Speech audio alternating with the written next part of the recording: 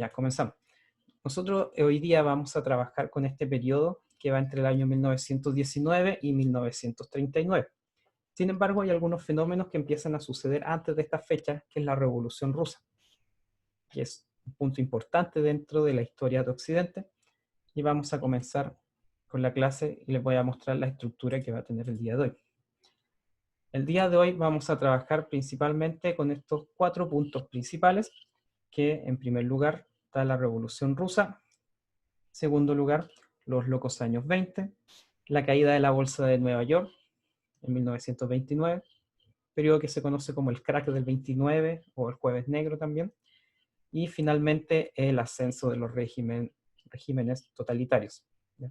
Así que la clase de hoy es bastante extensa, la cantidad de materia y de contenidos que hay también son bastante variados, así que les pido que presten atención, vayan tomando notas dentro de lo posible y comenzamos. Cualquier consulta, háganla, no tengan miedo en interrumpir.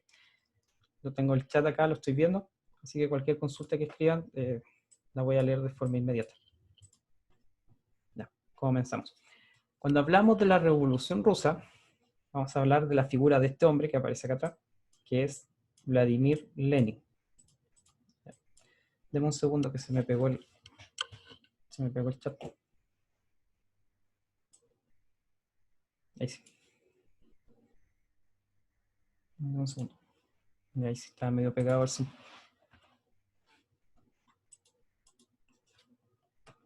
Sí, se pegó un poco. Pero un segundo. He estado con el computador todo el día encendido. Así que quizás esté un poco más lento de lo que debería. Compartir pantalla. BTR, sí. Puede que sea BTR. Por el viento. Ahí creo que está bien. Sí, ahí sí.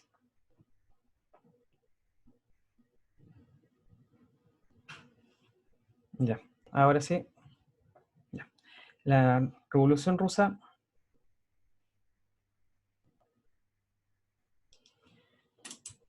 Disculpen, estaba viendo un mail que me habían llegado recién del colegio. Ya. En primer lugar, tenemos que viajar a Rusia y pensar en la estructura que tenía este país a comienzos del siglo pasado, a comienzos del siglo XX. A diferencia de toda Europa, por ejemplo, Alemania, Inglaterra, Francia, estaban ya de lleno en procesos de industrialización. Estaban pasando de una sociedad agrícola a una sociedad industrial. En cambio, lo que sucedía en Rusia era muy distinto. Rusia mantenía una estructura semifeudal en la cual la vida principal de la sociedad estaba en los campos. Era una estructura de producción agrícola. ¿Ya? La estructura social de Rusia estaba dividida en 2 grandes clases sociales. Estaba la nobleza, que estaba relacionado con los zares y con el gobierno, y por el otro lado estaba el pueblo, que principalmente eran campesinos. Por lo tanto, tenemos una población que es mayoritariamente pobre y que no tiene acceso a, por ejemplo, a grandes riquezas, a un estilo de vida donde se pueda asegurar el suministro de alimentos y otras condiciones fundamentales para la vida actual.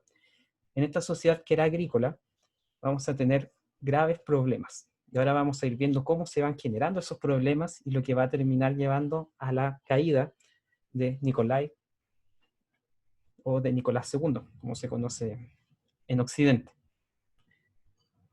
¿Quién era el zar? Cuando nosotros hablamos del zar de Rusia, pensemos en una especie de emperador. Él concentraba todo el poder en Rusia. Era el jefe político, se encargaba de la organización del Estado, también era el jefe militar, era el comandante en jefe del ejército del Imperio Ruso, y además estaba a la cabeza de la iglesia, es decir, controlaba todo el poder en Rusia. Esa es la estructura zarista. ¿Qué es lo que va a llevar a que se produzca esta revolución? En primer lugar, como les venía diciendo antes, en esta sociedad que era agrícola, van a empezar a ocurrir problemas. Muchos campesinos tuvieron que irse de sus lugares de trabajo, tuvieron que dejar sus campos abandonados, por lo tanto, la producción de alimentos se detuvo porque tuvieron que ir a la guerra. En el año 1904, impulsado principalmente por algunos empresarios rusos, Rusia entró en guerra con Japón. ¿Por qué entraron en guerra? Una gran cantidad de estos empresarios de la burguesía rusa necesitaba expandirse en el Océano Pacífico. De hecho, veían que Rusia tenía que ocupar parte del Océano Pacífico para el crecimiento comercial de sus empresas.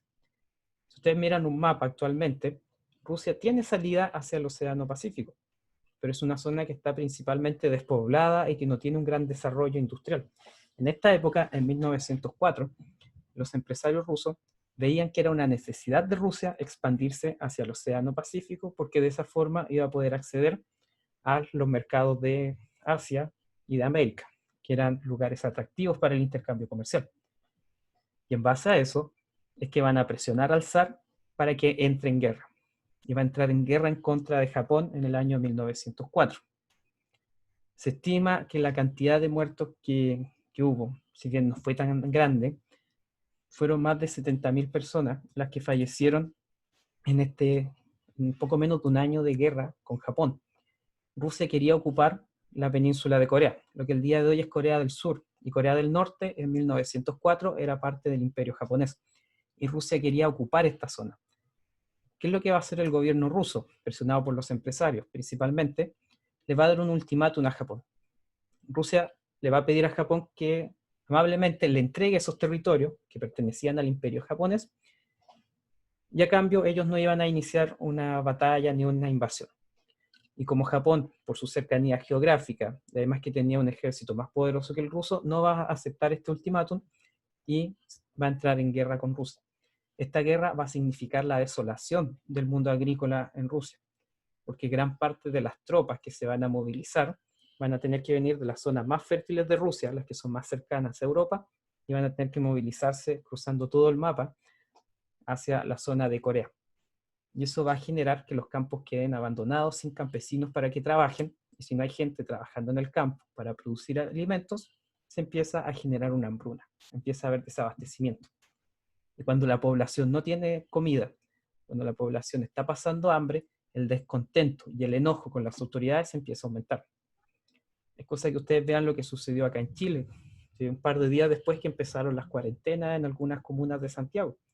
Muchas personas salieron a protestar a las calles porque el hecho de estar en cuarentena significaba que, por ejemplo, no podían ir a trabajar y que no podían comprar alimentos si no tenían ingresos.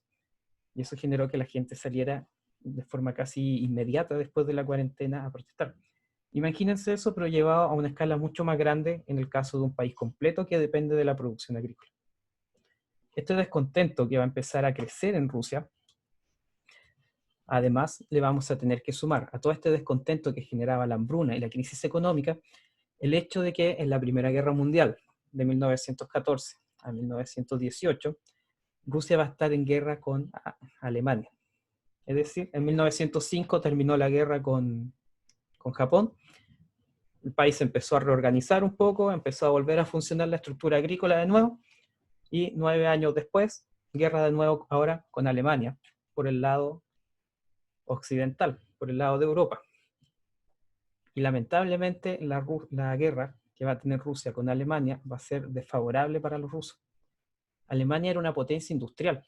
Piensen que ya estaba empezando a desarrollar tanques, tenía una aviación incipiente y tenía un ejército de más de 3 millones de soldados. ¿No? De hecho, eran mucho más, eran casi 4 millones. Y en cambio, Rusia, como era un país principalmente agrícola, ni siquiera tenía una industria bélica y tampoco estaba produciendo tanques al mismo nivel que Alemania. Gran parte de los enfrentamientos de Rusia con los tanques alemanes era caballería rusa, eran caballos, jinetes a caballos que se enfrentaban en contra de carros armados o de tanques alemanes. Por lo tanto, las probabilidades de victoria eran bastante bajas. Además, la desigualdad social crecía. Imagínense el campesino que no podía trabajar porque había ido a la guerra y después volvía con una pierna menos, por ejemplo. Ya no iba a poder volver a la actividad agrícola. Y eso iba a significar que él cayera en la pobreza. Y en cambio, la nobleza, quienes habían sido los grandes responsables de que Rusia entrara en guerra con Japón y después con Alemania, estaban viviendo con sus privilegios de siempre. Entonces empieza a haber un gran descontento del pueblo, principalmente de los campesinos.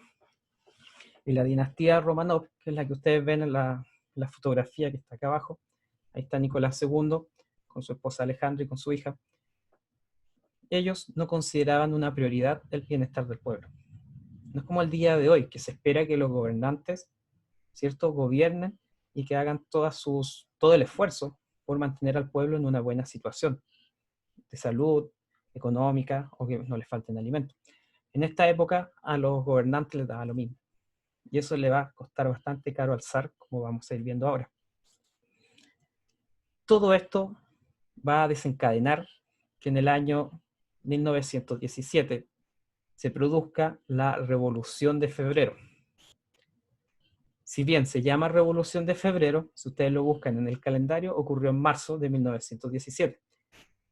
Pero Rusia se regía por el calendario juliano, y de acuerdo al calendario juliano, esa fecha correspondía a febrero. Lo que es marzo en el calendario gregoriano, que es el calendario que nosotros tenemos. Hay una diferencia de un par de días. Esta revolución de febrero va a llevar a que el zar termine abdicando. Es decir, la abdicación es cuando un rey entrega el poder. Y con esto se va a acabar la estructura de la monarquía rusa. Acá hay una imagen de un periódico inglés del año 1917 que está colorizado, en el cual aparece en primera página la noticia de que el zar de Rusia tuvo que renunciar. Y ahí dice, impresionante abdicación del zar de Rusia. El gran duque Michael se convierte en regente, y ahí dice noticias impresionantes de Petrogrado, que era la capital de Rusia en la época, lo que hoy día corresponde a San Petersburgo. ¿Cómo va a producirse esta revolución de febrero? En primer lugar, los trabajadores de las fábricas de San Petersburgo o Petrogrado era una de las pocas ciudades industriales que tenía Rusia. Y gran parte de los trabajadores que estaban en las industrias de esta ciudad van a salir a protestar ese día. Las manifestaciones se van a empezar a extender por toda la ciudad, y el ejército imperial que tenía su base en San Petersburgo no va a ser capaz de controlar el orden público. Y esto va a llevar a que el pueblo empiece a exigir la salida del zar. Querían que él renunciara y querían un gobierno más democrático. Va a renunciar Nicolás II y se va a instaurar un gobierno provisorio. Se va a colocar como director de este gobierno provisorio a Alexander Kerensky, quien va a estar a cargo, va a ser como una especie de gobierno de transición entre el zar y un gobierno ya más democrático. Cuando abdica Nicolás II, se da la orden de que todas las personas que habían sido exiliadas del país, todos los disidentes que tenía el zar, van a poder volver a Rusia. Y uno de ellos va a ser Vladimir Lenin, quien va a tener una parte importante de la historia rusa de aquí en adelante. Como respuesta a todos los problemas que estaban surgiendo y como una entidad para buscar consenso y llegar a un acuerdo, que es lo principal en un sistema que busca ser democrático, se va a crear el Consejo de los Soviets. En el fondo, Soviet era una asamblea popular, donde van a poder ir los obreros, los trabajadores de la industria en Petrogrado, los soldados, principalmente los cabos, la parte más baja del ejército, y también los campesinos, que eran la mayoría de la población. Ellos querían ser parte de este gobierno provisorio. Era una especie de congreso que se iba a formar por parte del pueblo. Por lo tanto, eso ya daba señales de que iba a ser más democrático. Dentro de toda esta estructura que se va a empezar a dar en la Rusia, después de la Revolución de Febrero, vamos a tener dos partidos políticos que van a estar peleando por el poder. Por un lado, van a estar los bolcheviques, que van a ser más radicales, que van a estar liderados por Lenin, que volvió de su exilio de Suiza. Se basaban en los ideales de Marx. Ellos buscaban instaurar la dictadura del proletariado. ¿Qué significa esto? Ellos buscaban acabar con las clases sociales y, en primera instancia, que se instaure una dictadura, es decir, un gobierno fuerte, autoritario y totalitario, que se haga con el control de toda la economía del país, de las empresas y de todas las y que restrinja todas las libertades de los habitantes de Rusia. Este partido buscaba ser popular, es decir, que ojalá todos los campesinos y la mayor cantidad de la población de Rusia se incorporara a él. Buscaban instaurar un sistema de carácter socialista, es decir, que el Estado controlara los medios de producción, y en la guerra civil que se va a dar más adelante, los partidarios de los bolcheviques van a ser conocidos como el ejército rojo. Por el otro lado, y una posición ya un poco más moderada, estaban los mencheviques, que eran liderados por Yuri Martov.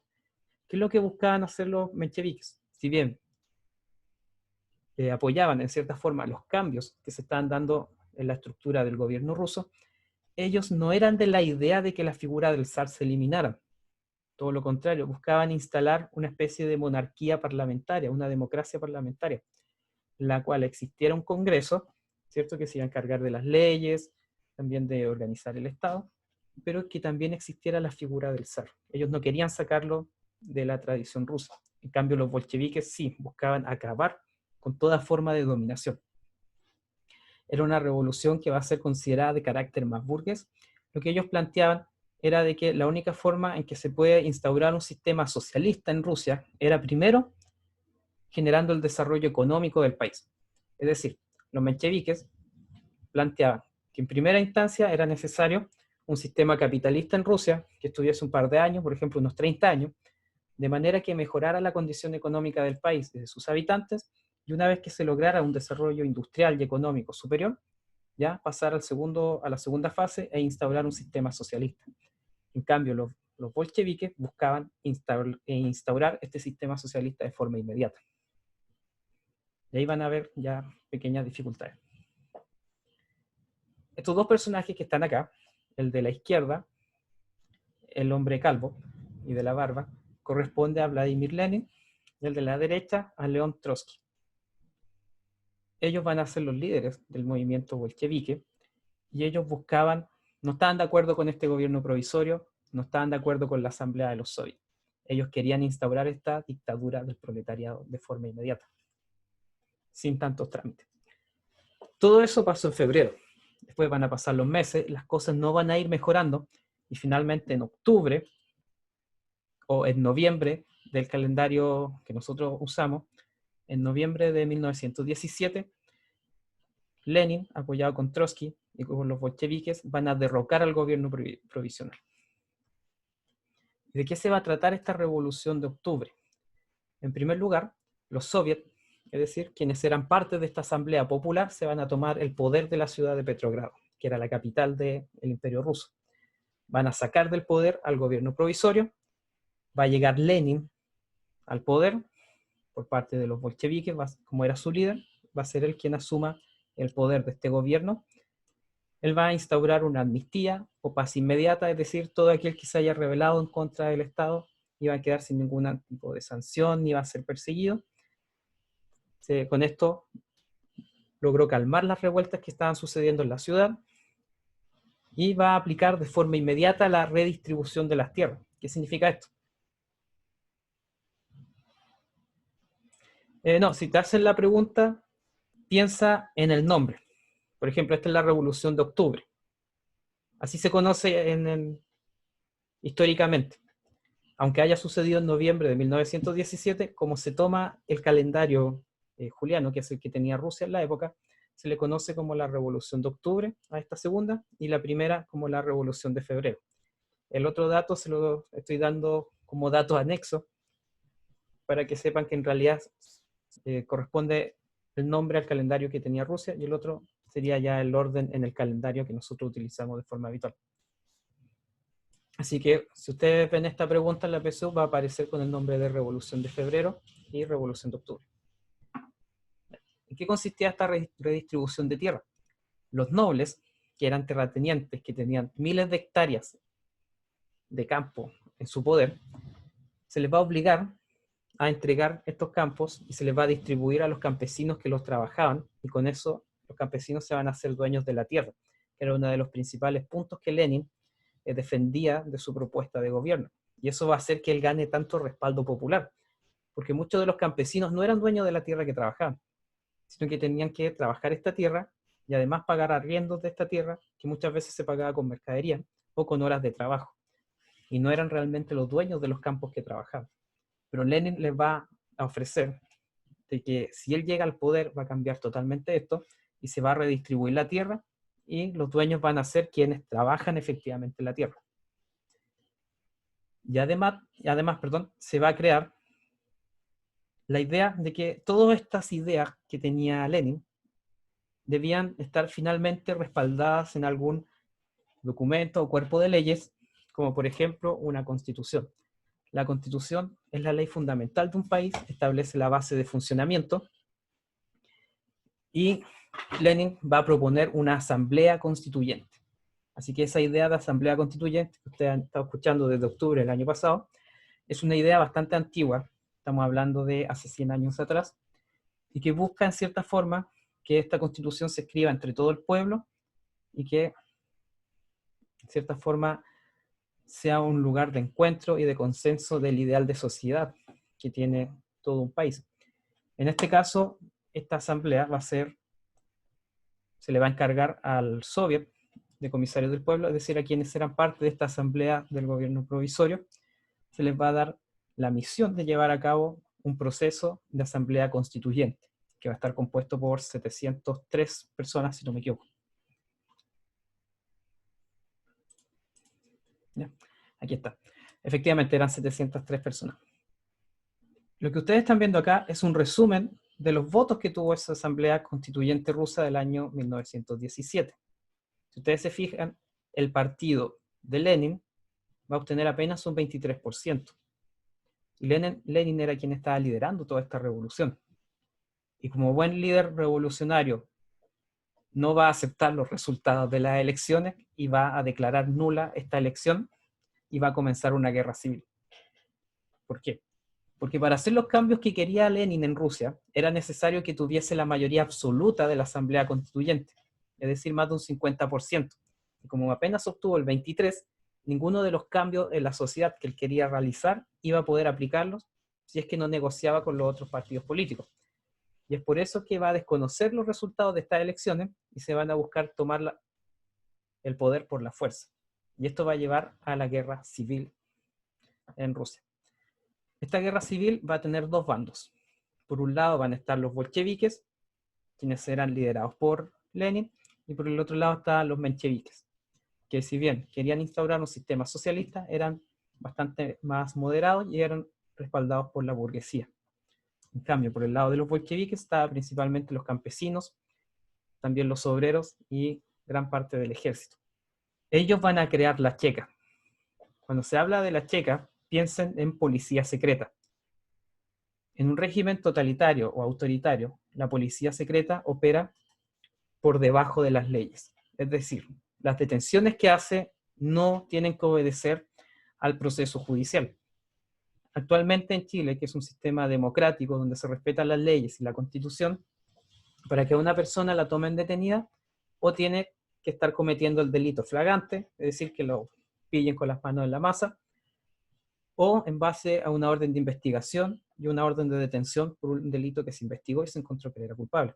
En cambio, la policía secreta opera fuera de toda esta institucionalidad y se utiliza principalmente para detener a disidentes políticos, es decir, personas que no están de acuerdo con lo que está proponiendo el gobierno. Y eso es lo que va a hacer Lenin. A través de esta policía secreta va a empezar a capturar y mandar a campos de concentración o asesinar a personas que no estuviesen de acuerdo con sus ideales de sociedad rusa. Campos de concentración, tortura, asesinato, entre otras prácticas que se van a instaurar durante toda la época que Lenin esté en el gobierno y durante toda la época de la Unión Soviética más adelante. Ya en 1918, es decir, al año siguiente, como una forma de evitar cualquier atisbo de que la familia del zar o que el mismo zar vuelva al poder, que es lo que buscaban los mencheviques, va a ser asesinada toda la familia. El zar, su esposa, todas sus hijas y toda la descendencia que hubiese. Con la finalidad de que jamás existiera nadie de la familia real que se atreviera a reclamar su poder. De hecho, la familia Romanov estuvo más de 300 años bajo el poder de Rusia. ¿Cuál va a ser el resultado de esta guerra civil? Finalmente se va a imponer el ejército rojo, los bolcheviques van a llegar al poder y van a ser la Unión de Repúblicas Socialistas Soviéticas. En el año 1922, esta Unión de Repúblicas Socialistas Soviéticas va a durar hasta el año 1991. Y ahí ustedes tienen imágenes que son características como la caída del muro de Berlín, que es parte del proceso de desintegración de esta Unión Soviética. ¿Cuáles son los problemas que va a tener este gobierno que va a empezar Lenin? Por ejemplo, una gran hambruna. Si bien Rusia era una sociedad agrícola, gran parte de la actividad agrícola que ellos desarrollaban era rudimentaria. Utilizaban técnicas de la Edad Media, no habían incorporado el uso de fertilizantes o de maquinaria en el campo, lo que generaba que el campo fuese muy poco productivo, y además Rusia había enfrentado una fuerte sequía durante varios años. Si hay una sequía grande, es muy difícil que logren ser fértiles las tierras o que logren dar la cantidad de alimentos que habitualmente entregaban a todo el pueblo. La política se va a empezar a jerarquizar, en la cabeza estaba Lenin, el partido estaba por sobre todas las cosas, y de ahí se va a ir armando la estructura de la sociedad. Toda la sociedad se va a estructurar en base a los ideales del partido. En 1924 va a fallecer Lenin y va a asumir Stalin el poder. A Trotsky lo van a asesinar porque no se va a llevar muy bien con Stalin. De hecho, Trotsky debería haber sido quien asumiera después de la salida de Lenin, pero como él tenía ideas que no congeniaban con las ideas que tenían los bolcheviques, finalmente va a ser exiliado y en 1940 lo asesinan en México. ¿Por qué lo asesinan? Por el miedo de que volviera a Rusia y que quizás buscase hacerse con el poder. Por eso es que lo van a eliminar. Eso es lo que sucede en Rusia, que tiene que ver con el cambio en su estructura de gobierno desde un sistema zarista, que es un sistema imperial, en base a un sistema ya más dominado por, entre comillas, el pueblo y los ideales del partido bolchevique. Ahora pasamos a otra parte de este periodo, que son los locos años 20. Esta época está caracterizada, en primer lugar, por la hegemonía de Estados Unidos. ¿Ustedes se acuerdan lo que vimos la semana pasada? La Primera Guerra Mundial tuvo un solo gran ganador, y este gran ganador fue Estados Unidos. Toda Europa quedó reducida a escombros y ceniza, pero Estados Unidos, cruzando el charco, cruzando el Océano Atlántico, no había tenido ningún daño a su infraestructura productiva, ni comercial, ni agrícola. Habían muerto estadounidenses, miles murieron en la guerra, pero jamás hubo un ataque en territorio estadounidense. Y Estados Unidos sacó cuentas alegres de la guerra. Profe, ¿a ¿Sí? qué se refiere con hegemonía? Cuando hablamos de hegemonía, queremos decir que se está imponiendo por sobre los demás. Eso es lo que quiere decir la palabra hegemónico. Por ejemplo, si se dice que el poder de Estados Unidos es hegemónico, quiere decir que es el único poder que hay y que no existe ningún otro que le haga peso. A eso es lo que se refiere la palabra hegemonía. Al dominio de un solo sector, de un solo grupo o de un solo país por sobre los demás. Y de hecho esa palabra les va a aparecer harto en la PSU, o como se llame la prueba nueva, cuando se hable de hegemonía. Cuando se habla de un poder hegemónico, quiere decir que es uno solo que sobresale por el resto. Y después de la Primera Guerra Mundial, Estados Unidos va a ser ese gran poder que va a sobresalir a nivel planetario, en el ámbito económico, cultural y político. ¿Y por qué Estados Unidos? Bueno, antes de que entrara en la guerra Estados Unidos va a financiar gran parte del armamento que van a utilizar los ingleses y los franceses. Inglaterra necesitaba armas, Francia también, y Estados Unidos las producía. Así que se las va a vender y también les va a ayudar a financiar gran parte de la guerra a través de préstamos. Como todo préstamo, después llega un momento en el que hay que devolverlo. En los años 20, los países europeos van a empezar a devolver el dinero que le habían pedido prestado a Estados Unidos para llevar a cabo la guerra. Además, gran parte de los préstamos que se van a dar para financiar la reconstrucción de Europa también van a provenir de Estados Unidos. Por lo tanto, la cantidad de dinero que empieza a fluir de vuelta hacia Estados Unidos va a ser bastante grande, y esto va a llevar a que la economía estadounidense también empiece a crecer.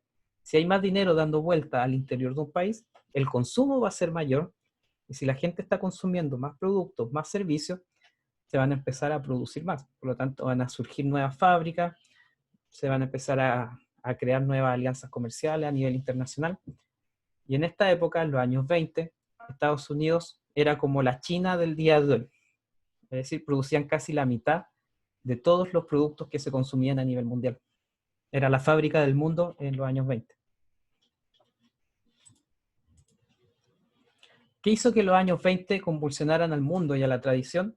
Bueno, en primer lugar, la Primera Guerra Mundial, ¿cierto?, había causado toda la destrucción de Europa, y después de toda esa destrucción tenía que venir un momento de prosperidad y de reconstrucción. Y en el caso de Estados Unidos, la clase media y la burguesía se van a empezar a enriquecer. Y como van a estar enriqueciéndose, van a tener más dinero para gastar en productos, en servicios y también para el ocio y para divertirse. Y ahí es donde van a empezar a surgir cambios en el estilo de vida, como las mujeres que ustedes pueden empezar a ver acá. El hecho de que las mujeres hayan trabajado en las fábricas durante la Primera Guerra Mundial va a significar que ellas van a empezar a incorporarse a la sociedad y también les va a permitir empezar a liberalizarse de cierta forma, porque se están dando cuenta que sí eran fundamentales para la estructura de la sociedad afuera de sus casas también. Y eso va a generar que se empiecen a empoderar y empiecen a sentir que en realidad tienen derecho, por ejemplo, como se ve ahí, a divertirse o a vestirse de forma más liberal. No sé si tienen alguna pregunta hasta acá o algo que quieran agregar. ¿No? Ya seguimos. ¿Qué es lo que va a pasar en los años 20?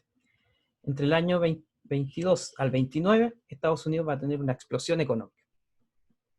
Como les decía antes, se convierte en el principal productor del mundo y además va a incorporar nuevas formas de producción que le van a permitir, por ejemplo, si una fábrica antes hacía un vehículo al día, ahora una fábrica va a hacer 30 vehículos al día.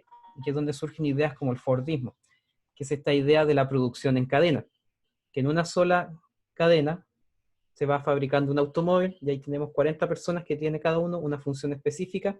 Por ejemplo, uno coloca los neumáticos, otro coloca las luces, otro el manubrio, y así se va aumentando la velocidad de producción. Y si producimos más vehículos en menos tiempo, significa que gastamos menos dinero en la producción y por lo tanto podemos venderlos más baratos y así puede acceder una mayor cantidad de personas a estos productos. Como disminuyen los precios, ¿cierto? Más personas acceden para poder comprar ellos. Y gran parte de los automóviles, por ejemplo, que se estaban comprando, no televisores, electrodomésticos de distinto tipo, van a ser financiados a través de créditos. Porque Estados Unidos tenía una bonanza económica tan grande que podían los bancos dar también préstamos para las personas. Bueno, acá hay un video que por temas de copyright no lo voy a poder reproducir porque es una canción de los años 20 de música ya más movida, que es casi como un semi-rock, donde se nota claramente la ruptura de los estándares clásicos de la música de salón, música clásica, con la música que va a ser ahora ya más moderna y que de cierta forma va a representar la liberalización de la sociedad. Como les decía Profe, antes, ¿puedo repetir lo del Fordismo con el Taylorismo? Que no alcanza a notarlo bien. ya, perdón. Cuando nosotros hablamos de Fordismo y Taylorismo, estamos hablando de un cambio en la estructura productiva. Antes de la producción en masa, para fabricar un automóvil, por ejemplo, una sola persona tenía que dedicarse a la fabricación de este auto. Se podía demorar meses. En cambio, cuando hablamos del Fordismo, no lo puedo abrir, que tenía un video chiquitito. Ya cuando hablamos del Fordismo, estamos hablando de una estructura en la cual se cambia la forma de producción y ahora se empieza a hacer en cadena. Lo principal que tenemos que recordar de estas dos, a Javiera no se pudo conectar, no importa. Estamos hablando de producción en cadena. Cuando se produce en cadena, cada persona tiene una función específica. Por ejemplo, supongamos que yo estoy fabricando este automóvil. Entonces este automóvil va pasando por una línea de producción y en esta línea de producción hay una persona que se encarga de colocar los neumáticos, otra después se va a encargar de pintar en amarillo, quizá otra se va a encargar de pintar en negro, otra va a poner los vidrios y otra persona se va a encargar de la parte de abajo del automóvil. Antes la producción era artesanal y ahora la producción va a ser de forma industrial en serie y por lo tanto, en una misma línea de producción, una sola persona tiene una función específica, como puede ser colocar un neumático, y de esa forma, si antes se producía un automóvil al día en la fábrica, ahora estamos produciendo 40 automóviles diarios. Y cuando la producción empieza a ser en cadena, lo que genera esto es que los productos sean más baratos y de que más personas puedan acceder a ellos. Ya. Esa es la estructura fundamental de estas dos formas de trabajo, en cadena y en una organización clara en la cual cada persona dentro de la fábrica tiene una función específica que es repetitiva. De hecho, hay una película corta de Chaplin que se llama Tiempos Modernos. Si tienen tiempo, échenle un vistazo, aunque sea alguno de sus...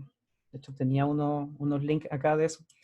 No los puedo colocar por temas de derecho de autor, pero en el Classroom les voy a dejar el acceso para que puedan ver en un ejemplo claro cómo era esta producción en cadena y cómo se llegaba a un punto de automatización en la función del trabajador. Por eso es que el día de hoy en las fábricas muchas funciones que antes hacían personas y que eran repetitivas, como colocar un neumático o una ventana, el día de hoy en las fábricas modernas lo hacen robots, porque son funciones repetitivas que no necesitan un gran conocimiento técnico. Siguiendo con los cambios que se empiezan a producir, también empiezan a surgir nuevas formas de música, como es el jazz, que es esta fusión musical que emerge de la comunidad afroamericana en Estados Unidos principalmente, el charleston, que son bailes que son muy dinámicos y que tienen también una estructura de baile en la cual cambia totalmente el rol de mujer, que antes era como, ¿cierto?, un objeto que giraba en torno al hombre, y ahora la mujer pasa a ser el centro. Y ahí estamos empezando a hablar de la liberalización de la mujer durante el siglo XX. También surgen nuevas corrientes artísticas que son también una señal de cómo se está rompiendo la estructura clásica y se está llegando ya a una estructura moderna. Es decir, gran parte de esta creación artística lo que buscaba hacer era dejar de lado toda la tradición, todo lo antiguo que había generado incluso estas guerras y empezar de cierta forma como una nueva sociedad más libre, y buscaba expresarse de forma distinta. Por eso es que va a empezar a surgir el arte contemporáneo, como este cuadro que ustedes están viendo acá, que es de Francis Picabia, que se llama La mujer con el quitasol o el paraguas, en el cual sale representada de una forma bastante extraña si lo comparamos con los cuadros clásicos, en los cuales se pintaba a la persona como si fuese una fotografía. Y aquí también hay una crítica social fuerte, porque esta mujer, al estar siendo representada, por ejemplo, con una mano, con distintos objetos entre medio, nos está diciendo que los cánones de belleza o los cánones tradicionales ya no existen y que es tiempo de que demos una nueva interpretación a la realidad. Eso es lo que representa el arte. Dentro de estas corrientes también va a surgir el dadaísmo, y el dadaísmo lo que buscaba, de acuerdo a lo que hizo uno de sus principales exponentes, que es Tristán Tzara, él nos decía que estaba en contra de los sistemas, y que el sistema más aceptable para él era aquel en el cual no existía ningún principio. Es decir, para él, el arte, la belleza, no debe obedecer a reglas, no debe obedecer a nada. El arte se logra cuando yo logro juntar el caos con el desorden. Esa es la estructura que debe tener el arte. Debe dejar llevarse por el artista. Rompe todo lo clásico, rompe la estructura tradicional, racional que existía antes, y también busca criticar al capitalismo. ¿Por qué? Porque gran parte de las obras que ellos van a hacer, si ustedes lo analizan desde un punto de vista crítico, quizás carecen de valor cultural, porque son representaciones bastante, podríamos decir, burlescas, que se burlan del arte tradicional. Y una de esas una de las representaciones más claras de eso, es el cuadro de Marcel Duchamp, que se llama LHOQ, que es la Gioconda o la Mona Lisa de Da Vinci con bigote. ¿Qué es lo que está haciendo con ese cuadro?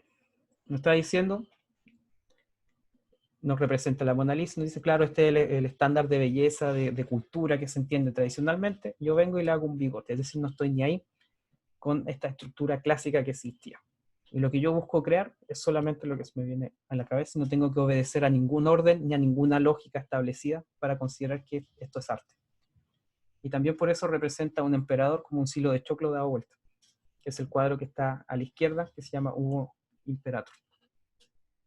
Dentro de estas corrientes también va a surgir una corriente un tanto artística como psicológica, que va a estar relacionada a la figura de Sigmund Freud y va a estar relacionada al surrealismo. ¿Qué es lo que buscaba el surrealismo? Buscaba alcanzar otra realidad. Por eso es que se habla de surrealista, es decir, más allá del mundo real.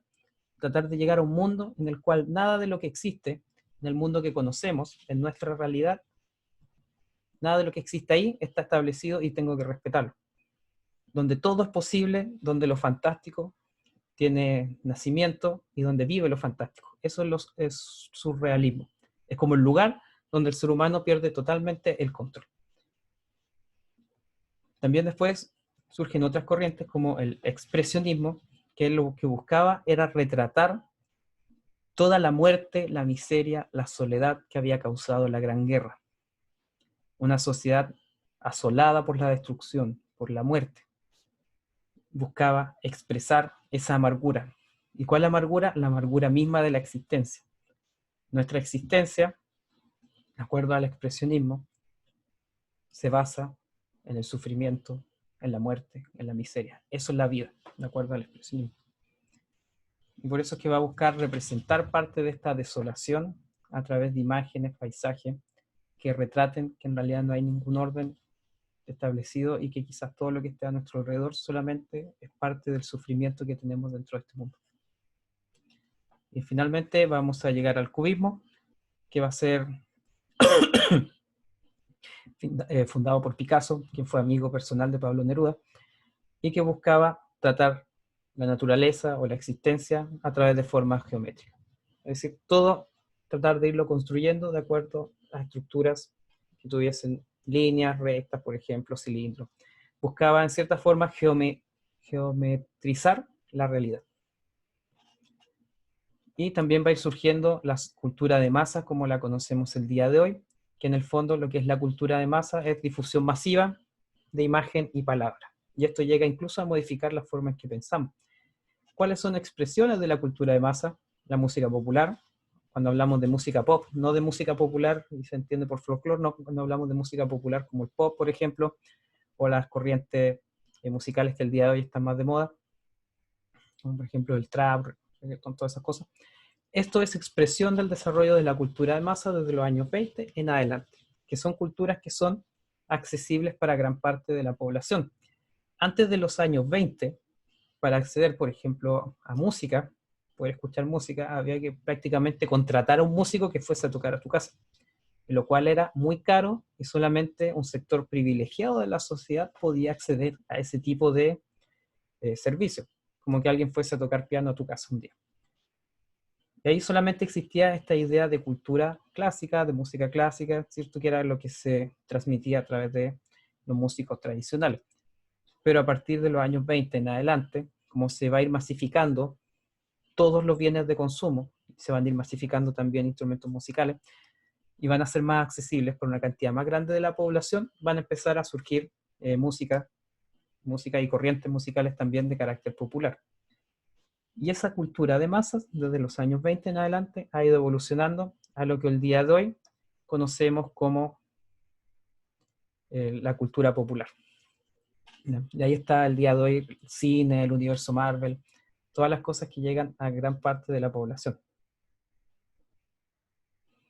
¿Ya? No sé si tienen alguna otra consulta hasta ahora. Vamos, seguimos. Y gran parte de esa cultura de masas va a surgir por el hecho de que productos que antes eran inaccesibles para una gran mayoría, ahora van a poder ser accesibles para gran parte de la población. Y aquí va a empezar a surgir también la clase media. Ahora pasamos a otro punto, y que es el fin de toda esta época de bonanza, que va a ocurrir en el año 1929. Estamos hablando de la caída de la Bolsa de Nueva York, o conocido como Jueves Negro, o como el crack del 1929. La imagen que está acá corresponde al periódico del día siguiente, porque esta caída ocurrió el día jueves, ¿cierto? Pero el diario no va a las noticias que aparecen en el diario siempre son las noticias del día anterior, y esta es la portada del London Herald del día viernes siguiente a ese jueves negro. Y ahí nos habla de un jueves negro en América, de que las bolsas se hundieron y que 11 personas se suicidaron ese mismo día. Seguramente inversionistas que perdieron todo su dinero.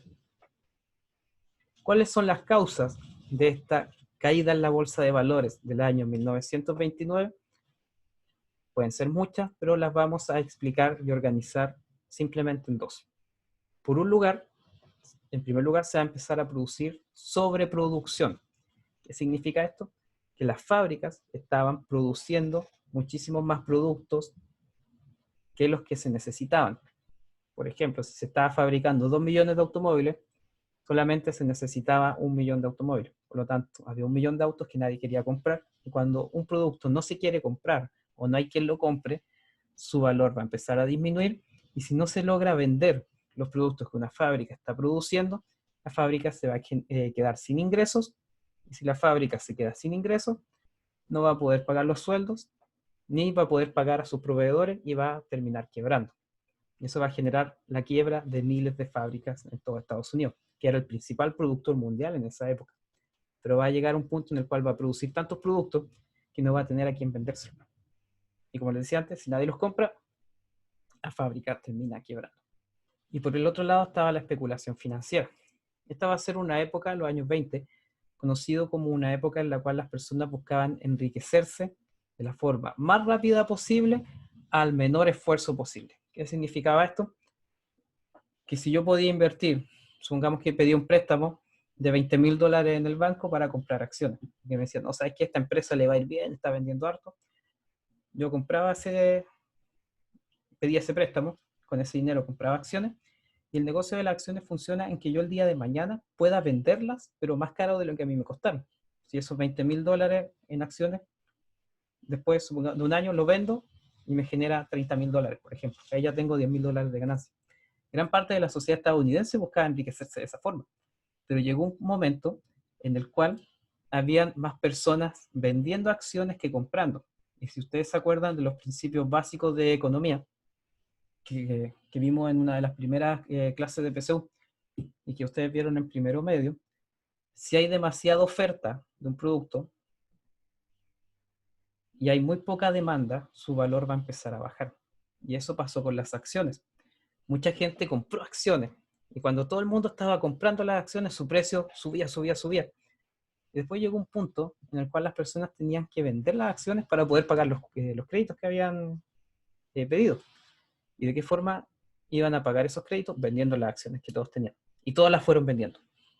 Y si todos venden las acciones y nadie las compra, su valor va bajando, bajando, bajando, hasta que llegó un punto en el que quizás esos $20,000 en acciones que tú habías comprado el día jueves 29 de octubre, 24 de octubre del año 1929, ese jueves 24 de octubre de 1929, esas 20,000 acciones que tú habías comprado un año atrás, las vendiste en $1,000 y perdiste $19,000 y no ibas a tener cómo pagar los créditos.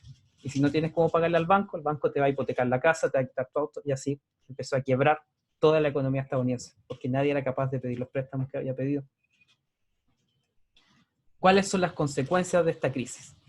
Lo vamos a agrupar en 3 pilares. Desempleo, miles de fábricas tuvieron que cerrar, la producción industrial nadie la estaba comprando, y esto generaba más desempleo. Si nadie compra lo que se produce, las empresas no tienen ingresos, si no tienen ingresos no pueden pagar sueldo, y así fue un círculo vicioso que terminó con el cierre de miles de fábricas y la pérdida de millones de empleos en Estados Unidos y en el mundo. Porque si esto pasó en la principal potencia económica del momento, iba a influir en todo el planeta. Por ejemplo, las materias primas que Chile le vendía a Estados Unidos. Si Estados Unidos estaba en recesión, no iba a comprar cobre ni salitre, y si nuestro país no vendía cobre ni salitre, no iba a tener ingresos. Y esto va a llevar a una recesión mundial. Cuando se habla de recesión, quiere decir que todos los países del mundo dejan de crecer. Es decir, que en lugar de crearse nuevas empresas, nuevos empleos, cierran empresas, se pierden empleos, que es lo que está pasando actualmente en el planeta, que a raíz del coronavirus estamos atravesando una recesión mundial, sobre todo en la industria del turismo, de los restaurantes y de la producción en general. Y una pérdida de confianza en la democracia. ¿Por qué se va a perder la confianza en la democracia? Y esto va a ser fundamental para entender después la llegada al poder de Hitler o de Mussolini en Alemania y en Italia, respectivamente. Porque el sistema que proponía la democracia, el sistema económico, era este sistema de libre mercado. Y como miles de personas se van a quedar sin trabajo, miles de empresas van a cerrar, se va a perder la confianza en el sistema económico que proponía la democracia. Y se va a buscar quizá sistemas más totalitarios que van a defender la empresa, la distribución de productos como lo hacía el sistema comunista o socialista de la Unión Soviética. Y ahora pasamos al último punto de lo que vamos a ir viendo hoy día, que tiene que ver con el surgimiento de los regímenes totalitarios. Para entender el surgimiento de estos regímenes, es necesario, en primer lugar, que comprendamos que es una consecuencia de la crisis económica y es una consecuencia también de la Primera Guerra Mundial, sobre todo en el caso alemán. En Europa tenemos una sociedad europea totalmente devastada por la guerra. Destrucción en casi todos los países, gran parte de la producción industrial estaba detenida y no porque estuviesen en paro o no hubiesen trabajadores, sino que las industrias estaban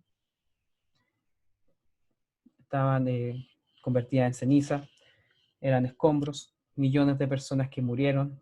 Eso súmenle en el año 1918 la peste española también, familias totalmente aniquiladas, separadas y destruidas, millones de hombres en edad de trabajar, en edad de estar en la industria, habían muerto, por lo tanto faltaba mano de obra en el continente europeo.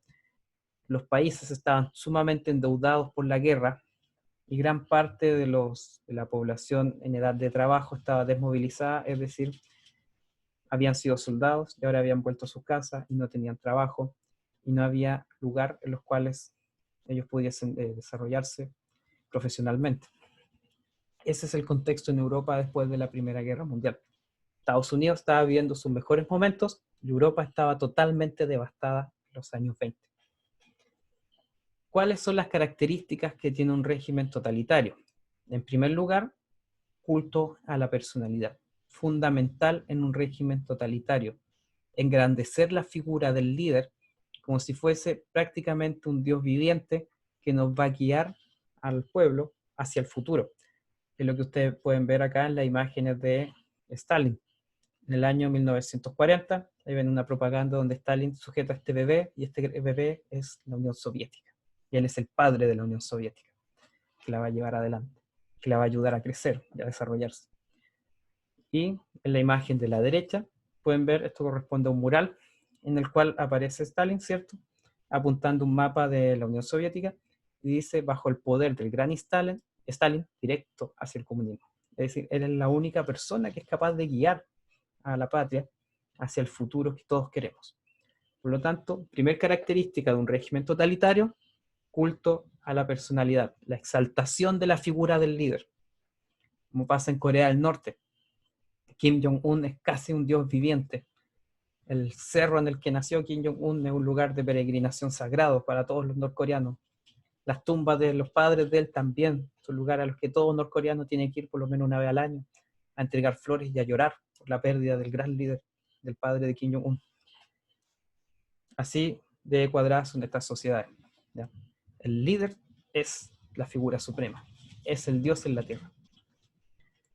Segundo punto de un régimen totalitario, militarismo y autoridad. ¿Por qué?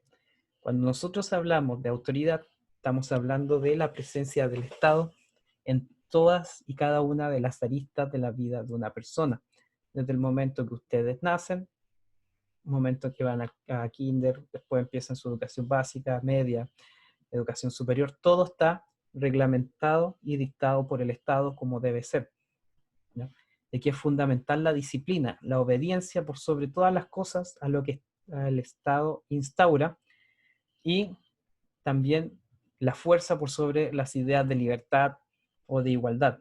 Aquí no importa que todos seamos iguales, que exista dignidad para todo el mundo, no, eso no se considera en un régimen totalitario. En un régimen totalitario es importante la fuerza y que se imponga el más fuerte por sobre el débil. Esos son fundamentos básicos de cualquier régimen totalitario, porque les sirve para fundamentar, por ejemplo, el expansionismo militar del país. En el caso de Alemania, ellos tenían la obligación moral de conquistar el resto del planeta, porque eran la raza superior, la raza más fuerte, y solamente ellos iban a ser capaces de liderar a la humanidad hacia su futuro. Y las ideas de igualdad, de libertad de expresión, de acción, el pacifismo, todas esas ideas que son fundamentales en nuestras sociedades actuales, no existen en un régimen totalitario. El respeto a la autoridad, a quien gobierna, la disciplina, una obediencia que no cuestione nada, que solamente acate lo que establece la autoridad superior, y el predominio de la fuerza. Un régimen totalitario no busca convencer a las personas a través del pensamiento, sino que las convence a través de la fuerza. O acatan lo que digo, o lo sacan de la sociedad. La policía secreta, como habíamos visto también con la creación de la Checa durante la Revolución Rusa, también es fundamental en un régimen totalitario, porque la policía secreta, como opera en las sombras, no deja rastro de su acción, es capaz de utilizar herramientas, entre comillas, herramientas, para defender los intereses del partido o del movimiento gobernante. En el caso de la Alemania nazi, por ejemplo, la SS o la Gestapo, muchas de las detenciones que hacían eran en la noche, sin orden judiciales, sin registros. Podían ir a la casa de una persona, sacaban a toda la familia, la fusilaban, la dejaban enterrada en un bosque. Y nadie sabía qué le había pasado a esa familia. La Gestapo, por ejemplo, operaba normalmente buscando a judíos, personas que escondían a judíos, y también a disidentes políticos, comunistas, dentro de otros grupos indeseados que tenía la Alemania nazi. Pero la policía secreta se caracteriza por eso, por operar debajo de todo el sistema judicial. Es decir, no dejan rastro de su acción. Por eso no hay que confundirla con la policía civil. Por ejemplo, en nuestra estructura actual, si bien cierto está Carabineros de Chile, Policía de Investigaciones, también existen carabineros que actúan de civiles, es decir, que no utilizan su vestimenta reglamentaria, sino que se camuflan como civiles para tratar de pasar desapercibidos y así capturar quizá a personas que si vieran un carabinero vestido claramente no actuarían ni cometerían un delito. Pero ellos operan bajo un régimen judicial y legal, obedeciendo normas, leyes, las detenciones que hacen son registradas y son por orden de un juez. En cambio, la policía secreta no. La misma policía secreta hace sus investigaciones, encuentra quienes pueden ser disidentes, los captura y los hace desaparecer. Y de esa forma se mantiene la población aterrorizada, porque si existe una policía secreta, una policía que no deja rastros, que en cierta forma, entre comillas, tú no puedes ver, no te vas a atrever a actuar en contra del Estado, porque existe el fantasma de que en cualquier momento esta policía te caiga encima. Y tú, como no puedes verlos ni saber cómo actúan, puedes estar hablando con un amigo y en realidad ese amigo puede que sea un policía, parte de esta policía secreta, que en realidad está conversando contigo para sacarte información, que es lo que pasaba mucho en esta época de los regímenes totalitarios, que no podías confiar en nadie. Porque incluso hay casos que están registrados de hijos que denunciaron a sus padres por hablar en contra del partido, y a sus padres los fusilaron. Y el hijo estuvo contento y orgulloso porque actuó a favor de la patria. A ese punto llegan estos regímenes totalitarios, de modificar la conducta y el pensamiento de las personas. Acá está el punto que les decía anteriormente, la política del terror. Una forma clásica en que un régimen autoritario o totalitario va a buscar mantenerse en el poder es creando la idea de que existe un enemigo en común, grande, y que solamente lo podemos vencer si actuamos todos como sociedad juntos. En el caso de la Alemania nazi, este enemigo eran principalmente los judíos y también estaban los bolcheviques o los rusos. ¿Ya? Ellos eran los grandes enemigos del Tercer Reich. Y esta idea de un enemigo que siempre está presente y que quizás muchas veces no lo podemos ver, es bastante útil para mantener a una población unida bajo un mismo ideal. Porque cuando nosotros estamos asustados, vamos a tender a tomar decisiones sin pensarlo tanto. Es como lo que ocurre el día de hoy. Por ejemplo, si a ustedes le plantean que salir a la calle significa que pueden enfermarse, muchas personas no van a salir a la calle porque saben que se pueden enfermar, es decir, están asustados. Si supiéramos que existe una vacuna y que todos nos vacunamos y tenemos la inmunidad suficiente, claramente saldríamos a la calle sin ningún problema. Pero el día de hoy todos salimos medio asustados a la calle por temor a que nos vayamos a contagiar. Y sobre todo porque escuchamos casos de personas de nuestra edad o más jóvenes que estando en buenas condiciones de salud han terminado falleciendo. Bueno, eso no tiene mucho que ver con el tema. Pero cuando se habla de la política del terror, quiere decir que se mantiene la población aterrada. Que está la idea de que va a llegar un enemigo de repente que nos va a destruir y que la única forma que podemos evitar que eso suceda es si actuamos todos juntos como comunidad, como sociedad. Quinto punto, uso de propaganda y educación partidista. ¿Qué significa esto? La propaganda es la utilización de retórica, imágenes que buscan difundir los ideales del partido y generar que la población considere que estos ideales del partido, por un lado por la repetición, como lo ven por todos lados, y como también es parte de la educación, que los ideales del partido son los ideales aceptados y que todo ciudadano debe poseer y que todo ciudadano debe respetar. En el caso de la Alemania nazi, por ejemplo, o de la Unión Soviética, las escuelas, desde que los niños eran muy pequeños, desde prekinder, en la estructura que tenemos nosotros, desde prekinder en adelante, en el colegio la educación se basaba en los ideales. Claro, en ese caso, como dice Camila, de la propaganda del sí y del no, hablamos de propaganda y no de publicidad, principalmente porque lo que busca la propaganda es convencerte de algo. En cambio, la publicidad lo que busca hacer es que tú consumas un producto determinado. En cambio, la propaganda va por el lado ya más de las ideas, de tratar de cambiar la forma en que piensas. Así que está bien el ejemplo que tú estás dando en el chat cuando hablas del tema del sí y del no. En la propaganda del sí y del no acá en Chile, el sí nos vendía la idea de que la continuidad de Pinochet en el gobierno significaba que el país se iba a mantener en orden. Y si Pinochet no estaba en el poder, iba a haber caos y los marxistas iban a llegar al poder y el país se iba a desordenar totalmente. Por el otro lado, la campaña del no nos proponía esta idea de que, ¿cierto? Lo que recordamos por su eslogan, la alegría ya viene, que íbamos a ser libres, que íbamos a poder expresarnos. Así que va por una lucha en cuanto al tema de convencer a la población de una idea determinada, que es similar a lo que pasa en el caso de la propaganda del sí y del no. En este caso, en el tema de la educación, como partida desde prekinder en adelante, ustedes desde que tenían uso de la razón en el colegio les estaban diciendo que los judíos eran malos, que los comunistas eran una amenaza, que los gitanos eran también una amenaza, de que ustedes eran la raza superior. Les creaban esa realidad. Por lo tanto, cuando ya tenían 18 años, estaban totalmente y absolutamente convencidos de que todo lo que habían aprendido era cierto y de que efectivamente la sociedad era así. Y no se lo cuestionaban, porque era su realidad, era la realidad en la cual habían vivido. Eso es que se dice que el lenguaje crea realidades. Y así es, efectivamente. Si yo voy reiterando esto durante toda la vida de una persona, esa persona va a estar convencida de que efectivamente es así y que así funciona. ¿Cuáles eran los ideales del partido en el caso de Alemania? Respetar al Führer, ¿cierto? Su figura, trabajar por el bienestar de la patria, por la grandeza alemana, por la pureza racial también. Sexto punto, un poder central fuerte. El Estado controla todo. ¿Con quién se casan? Por ejemplo.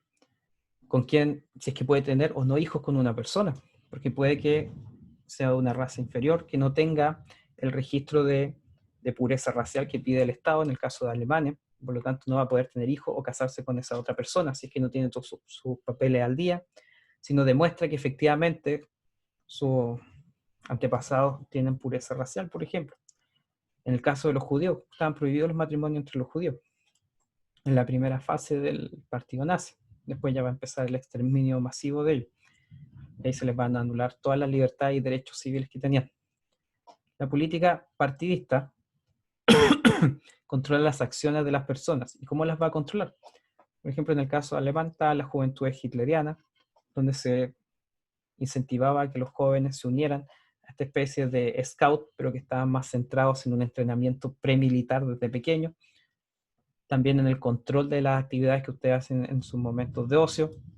Casi una familia alemana en sus tiempos de ocio, no sé, se dedicaba a leer quizás Milucha, se dedicaba a tejer, se dedicaban a tener hijos en otros casos.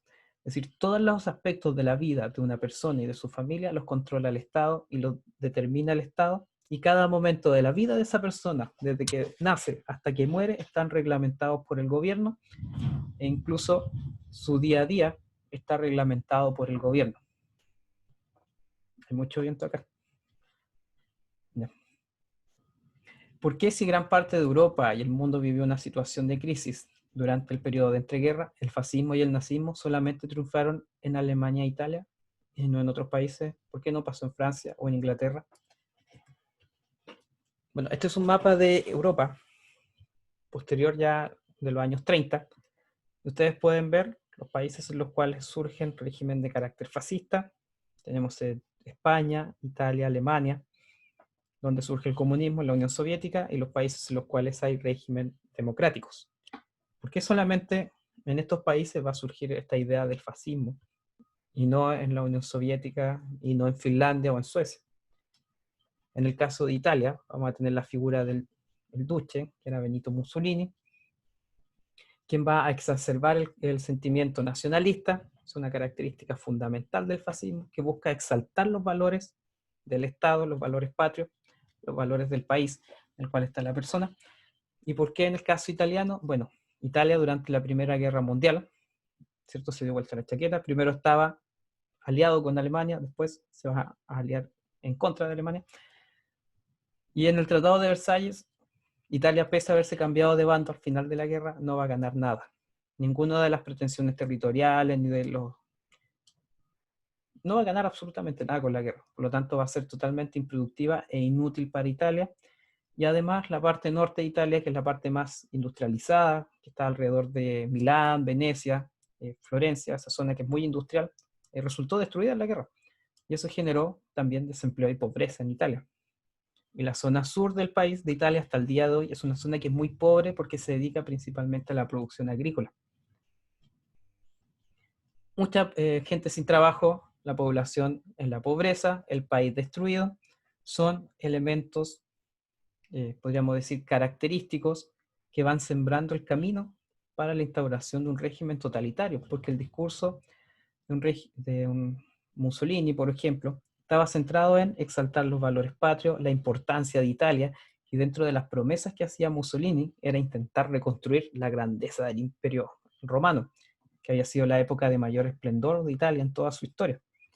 Y él planteaba que esa grandeza no la iban a lograr a través de un gobierno democrático. Las democracias se van mucho en acuerdo, en tratar de zanjar las diferencias de forma diplomática. Una democracia no es el modelo que necesitaba Italia, de acuerdo a Mussolini. Italia necesitaba transformarse en un país fuerte, militar, y expandir su frontera y conquistar el territorio que le había pertenecido en la antigüedad, en la época del Imperio Romano.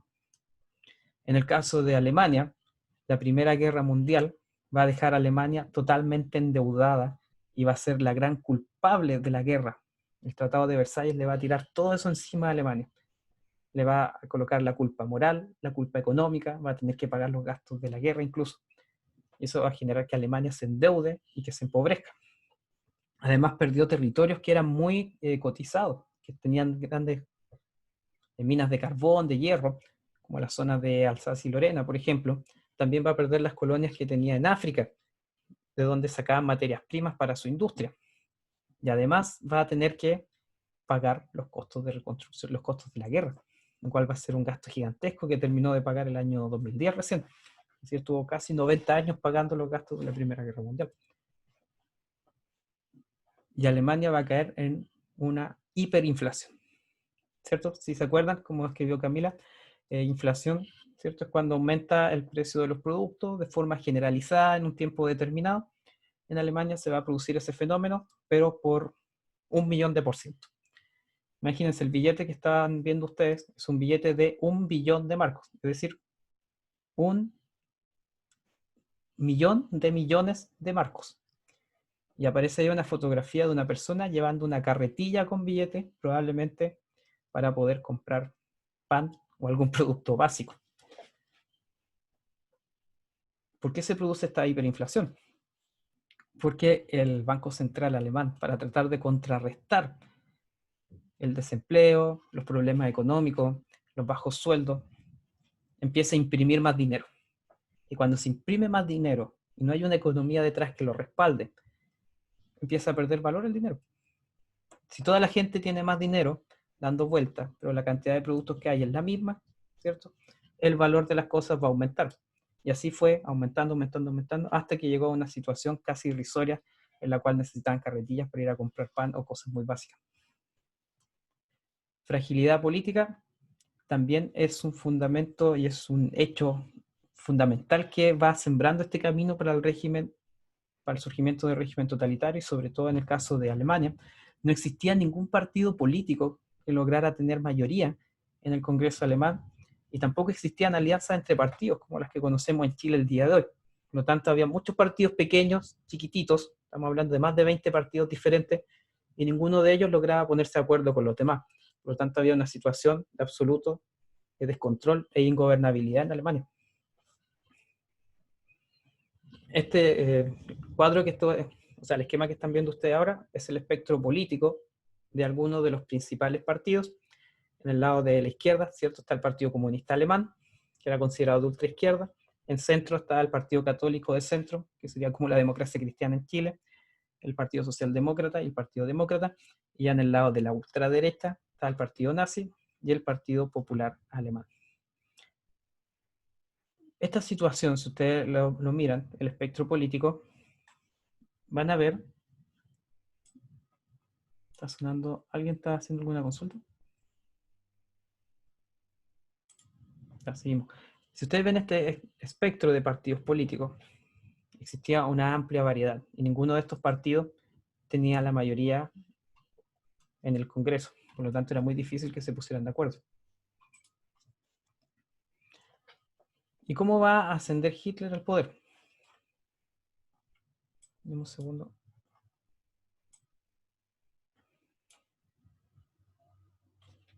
Están hablando, pero no veo por dónde. Ya seguimos. Ya, volviendo a la idea de Hitler. Hitler, después de la Primera Guerra Mundial, se le va a dar la misión de que empiece a ir a escuchar las reuniones del Partido Alemán de Trabajadores. Y él va a empezar a ir como espía, en cierta forma, del ejército, a ver qué es lo que organizaban los trabajadores. Y finalmente se va a dar cuenta que en ese partido faltaba liderazgo y faltaba alguien que se atreviera a decir las cosas que el pueblo quería escuchar. Y aquí Hitler se va a unir a este trabajo y va a empezar a hablar. Y él tenía una capacidad de oratoria impresionante y va a empezar a convencer a las personas que iban a las reuniones de este partido, al punto que va a empezar ya a escribir lo que él va a considerar los 25 puntos del Partido Nacional Socialista alemán. Y esos 25 puntos que él va a escribir en el año en 1920 se van a transformar como en la hoja de navegación del partido nazi de ahí en adelante. Después, en el año 23, él veía que existía mucho descontento en la población y va a tratar de organizar un golpe de Estado en el año 1923. Este golpe de Estado va a fracasar y Hitler va a terminar en la cárcel, y durante el tiempo que él estuvo en la cárcel escribió su libro conocido hasta el día de hoy, que es Mi lucha, que sienta las bases del Partido Nacional Socialista y que se va a transformar en una especie de Biblia del nacionalsocialismo alemán durante el tiempo que estén en el poder, hasta el año 45. ¿Cuáles son los principales postulados de este partido? Son 5, ¿ya? Y que son fundamentales que los recordemos y que los entendamos. En primer lugar, está en contra del liberalismo, es decir, en contra de la libertad de las personas por tomar decisiones, del liberalismo económico también, que las decisiones económicas igual las tiene que tomar el Estado. Eso es lo que nos está planteando el partido nazi. Está en contra de la democracia, si bien respetan que debe existir un partido, el único partido que debe existir debe ser el partido del gobierno, que es el partido nazi, y está en contra del comunismo, porque encuentran que los postulados marxistas y las ideas que también están empezando a llegar de Rusia a Alemania son ideas que buscan atentar en contra de la fuerza y el poder del Estado, porque buscan empoderar a los trabajadores en lugar de buscar darle más fuerza al Estado para que tome las decisiones, y eso puede generar descontrol político. También la idea de superioridad racial, de que el pueblo alemán es el verdadero pueblo elegido, que es el pueblo ario, y es quienes deben llevar a la humanidad hacia el desarrollo, hacia el futuro. Están en contra de los judíos, quienes consideran que siempre han metido sus manos entre medio de la organización económica, que siempre buscan sacar provecho por sobre los intereses de la patria. Hablan de la idea del pangermanismo, que es esta idea de restablecer un imperio alemán grande y de lograr el Lebensraum, que es el espacio vital que necesita Alemania, que en el fondo serían los territorios que el pueblo alemán necesita para lograr el pleno desarrollo para tener materias primas, por ejemplo. También son ultranacionalistas, es decir, Alemania es el país que debe sobresalir sobre el resto. Solamente Alemania importa, y lo que los demás países quieran, da lo mismo. Solamente importa el pueblo alemán, el Estado alemán y los ideales de los alemanes. Y claramente validan el uso de la violencia para sus objetivos. Si hay que eliminar a algún disidente o alguien que esté en contra del gobierno, la violencia está legitimizada y se puede utilizar. Es un medio válido. Esos son los principales postulados. ¿Cómo llega al poder Hitler? Este es un resumen bastante corto. ¿Cierto? En el año 29 se produce esta crisis económica que es a nivel mundial, y esto va a generar que las ideas de nacionalismo, de cerrar las fronteras, de poco intercambio comercial, de principalmente resaltar la actividad industrial y productiva dentro del país y proteger la industria del país por sobre el intercambio con los demás, van a ser ideas principales del partido y van a ser ideas que los trabajadores van a considerar que son válidas, porque todo este intercambio comercial y dependencia del extranjero, lo que fue generando fue esta gran crisis. Estados Unidos cayó y cae todo el mundo. Y lo que quiere el pueblo alemán es evitar que eso vuelva a suceder. ¿Y cómo lo pueden evitar? Transformando su economía en una economía que mira solamente hacia el interior del país y que no depende de los demás. Por eso es que van a tener que expandirse territorialmente para obtener todas las materias primas y los recursos que necesita su industria sin tener que intercambiar comercialmente con ningún otro país. Y así eliminan la dependencia de los demás. Finalmente, van a lograr tener la mayoría en el Congreso, y eso va a permitir a que los nazis vayan presionando dentro del Parlamento alemán, y esto genera que finalmente se nombre como canciller a Hitler, quien llega de forma total y absolutamente democrática al poder. Si bien utiliza entre medio alguna artimaña, como la creación de grupos paramilitares, o incluso el incendio del Reichstag, que era el Parlamento alemán, para instaurar esta política del terror. Y Hitler en el año 1933 finalmente llega al poder como canciller, y de ahí ya van a empezar a perder libertades los alemanes y el Parlamento va a dejar de sesionar. Es decir, Hitler llega al poder en 1933 como canciller, después el mismo Parlamento le va a entregar poderes plenipotenciarios. Hitler llega al poder, un par de meses después se genera un incendio en el Parlamento alemán y él le va a echar la culpa a los comunistas, a los socialistas y a la intervención rusa, y de esa forma va a lograr que el Parlamento vea que existe una amenaza grave para el orden institucional de Alemania, al punto que fueron capaces de quemar el Congreso. ¿Cómo podemos solucionar esto? Le entregamos plenos poderes a Hitler, porque él va a ser el único capaz de proteger al pueblo y al Estado. Y si es necesario acabar con las libertades públicas y las libertades individuales, se debe hacer, porque la patria está por sobre los demás. Y así es como llega al poder en 1933. Él va a estar 6 años en el gobierno antes de iniciar la guerra. Esos 6 años van a estar caracterizados por un aumento exponencial en la producción bélica. Alemania se va a transformar de un país derrotado, con una industria pequeña, se va a transformar en uno de los principales productores de armamento, y además va a entrenar a millones de soldados. Tratado de Versalles, ¿cierto? Decía máximo 100.000 hombres. ¿Qué hizo Alemania? No, estoy ni ahí. Armó tremendo ejército, y si tiene un ejército de millones de soldados, con tanques, con aviones, ¿quién se va a atrever a decirle, oye, no está respetando el Tratado de Versalles? ¿Con qué ejército y con qué poder Francia le va a exigir a Alemania que deje de armarse si no tiene un ejército que sea capaz de hacerle frente? Entonces Alemania hizo lo que quiso, no respetó el Tratado de Versalles, y después ya en el año 39, cuando estaba armado hasta los dientes, y ya nadie era capaz de hacerle el peso militarmente en Europa, van a empezar a expandirse. Primero van a tomar Polonia, en cosa de días conquistan Polonia, se van a empezar a anexar Austria, Checoslovaquia, Francia, Bélgica, y así se va a empezar a expandir por gran parte de Europa y África. Y esta imagen que ustedes están viendo acá, que corresponde a los campos de Nuremberg, al campo de Zeppelin de Nuremberg. No sé si han visto estos dirigibles gigantes que tenían los alemanes, que se llaman Zeppelin. que también aparecen en las portadas de Led Zeppelin. No sé si han escuchado Led Zeppelin.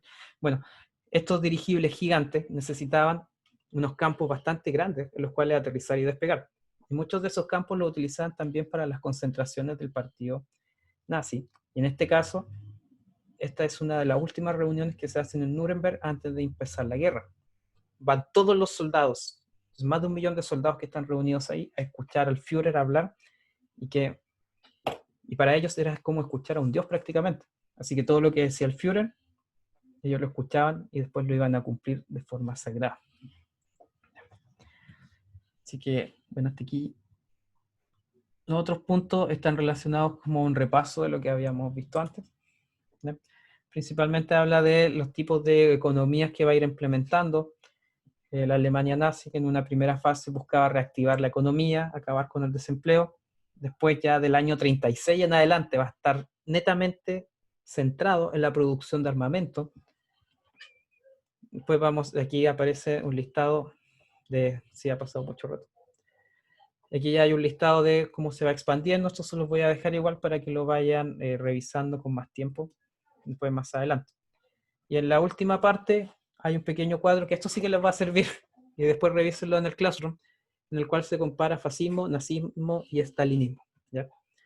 Y algunas diferencias del autoritarismo versus el totalitarismo. No sé si tienen alguna consulta hasta ahora, algo que quieran agregar, alguna pregunta al respecto.